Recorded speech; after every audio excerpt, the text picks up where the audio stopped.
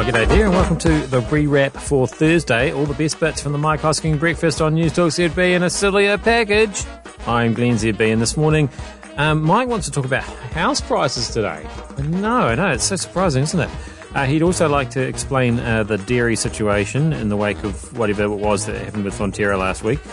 Have we got an oversupply of vaccine after all that? And Alan calls it quits after nearly 20 years, but not quite 20 years. But first up, what's wrong with the politicians these days? We had Helen Clark on today, we had John Key last week. Don't have time for all the feedback, but this is typical morning, Mike. I'm no fan of Helen Clark, but my goodness, she sounds intelligent and answered every question you put to her. What an absolute joke this current Prime Minister is in comparison. Every time we have somebody like John Key, Stephen Joyce the other day, Helen Clark on, you get the same response, and it's true. I'm a big fan of Helen Clark, and I've said so often.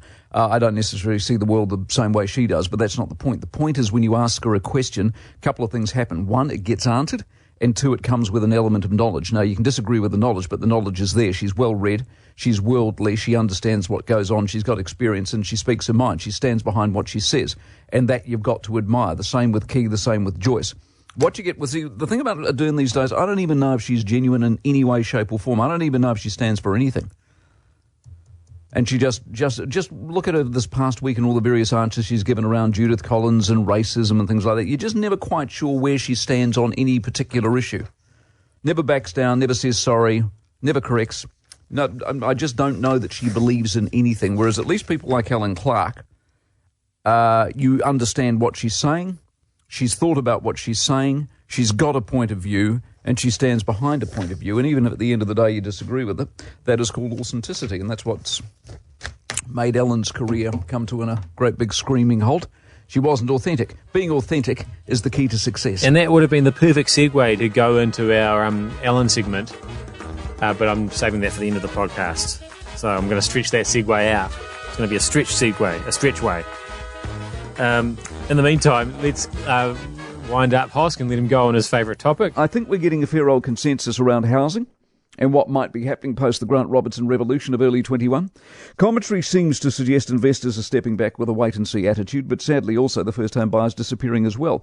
The stats don't back it up yet. I mean, records are still being shattered all over the place. And here's the real warning.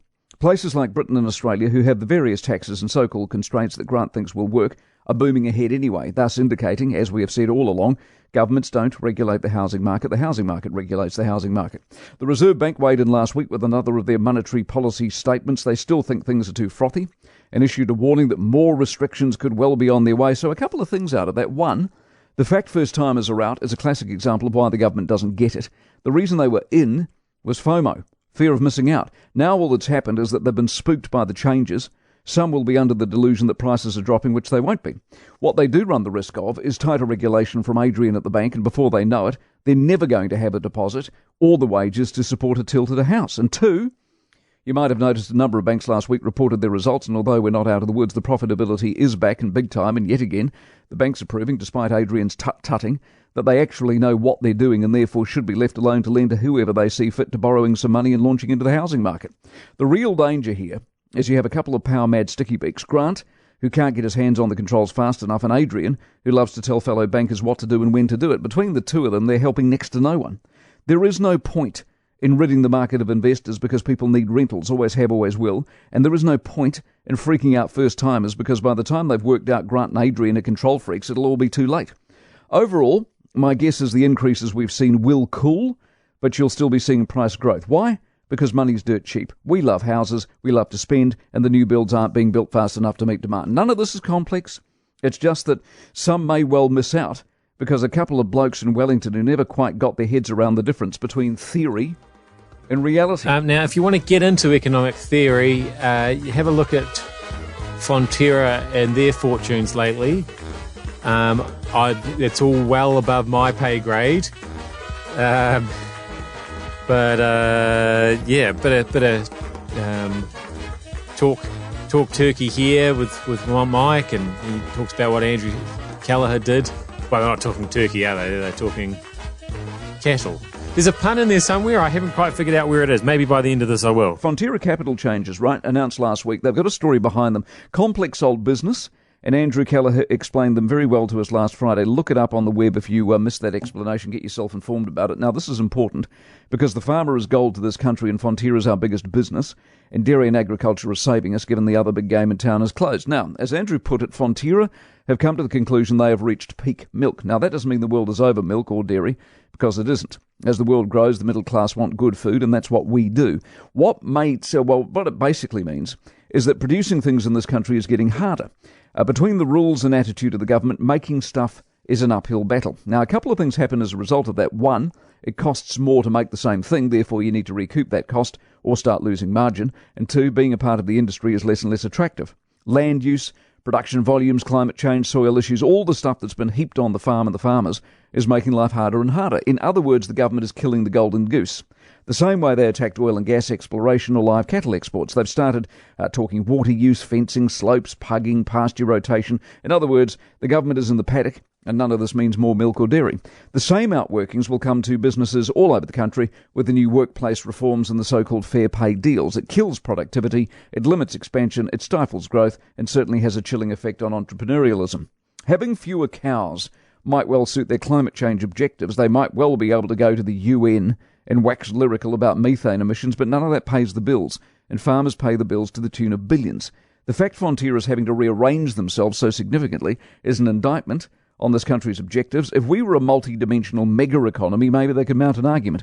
But we do tourism and we do farms.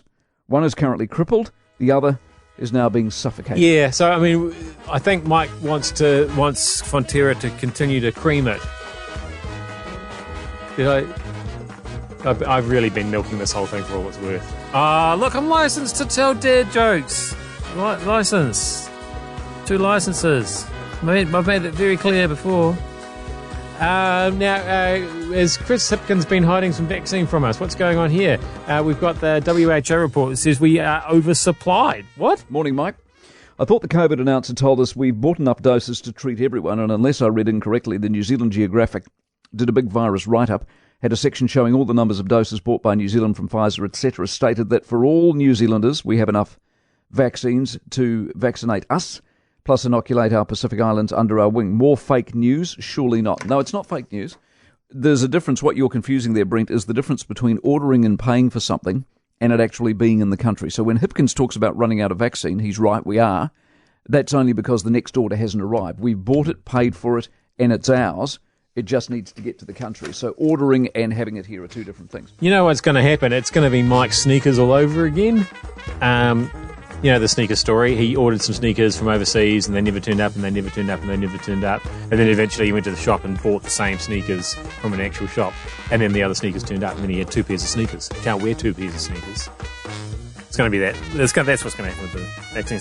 He's also waiting for a Land Rover, apparently. Which isn't coming and isn't coming.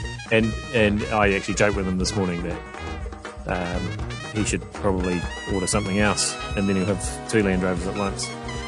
I don't think he'd actually mind that. I think, don't know how many Land Rovers Ellen owns. She's more of a Prius kind of a gal, isn't she? Trending now on the Mike Hosking Breakfast. Did we see this coming? Or did we see this coming? Ellen DeGeneres walking away from the telly. She's confirmed this morning the 19th season, which is next year, will be her last. As great as this show is, as fun as it is just not a challenge anymore. So she claims the decision nothing to do with the bullying and the harassment allegations that plagued the show in the past couple of years. And if you say it does, well, she'll make sure you never work in this town again. The rot started apparently with an interview with Dakota Johnson at the end of 19. You turned 30. I did. And how was the party? I wasn't invited. Actually, no, that's not the truth, Ellen. You were invited. Last time I was on the show, last year, you gave me a bunch of about not inviting you, but I didn't even know you wanted to be invited. Well, who doesn't want to be invited to a party? Well, I didn't even know you liked me. Of course I like you. You knew I liked you. You've been on the show many times, and don't I show like? Yeah, you do. Yeah. But I did invite you, and you didn't come. So this time you invited me? Yeah. Are you sure? Yeah. Okie dokie. Anyway, the ratings tell the story. You can't hide from the ratings. Current season's averaging 1.5 million, which is down from 2.6. She's lost 40% of her audience in New York and Chicago. In Los Angeles, it's closer to 60%. What it is the classic lesson of life, authenticity. And you can't pretend to be something you're not. And she was pretending to be something she isn't. She's clearly a pain in the ass. But she pretended to be everybody's friend. And when you pretend to be everybody's friend and you're actually a pain in the ass, you'll get caught out eventually. Yeah, I've never made any Precisely. bones about the fact that I am a pain in the ass. Exactly. Cool. Interesting, 19 years. You'd think she'd limp along to 20, wouldn't you? Make it... Go, make it, turn it over for 20. Like, I've been doing breakfast since, 2001, and it's... Really? It's 2021. Good working with you, Glenn. Go well. Drinks on me Friday. Tomorrow. Have you enjoyed it? What are your highlights? What are your lowlights? Not this morning now that I... Yeah, I really backed myself into a corner on that one. Don't worry. I think I'll still be here tomorrow. I didn't start in 2001 until late August, early September. So, I've got a few months left. I'm Glenn ZB. Pretty sure I'll be here tomorrow with another rewrap. See you then, I hope.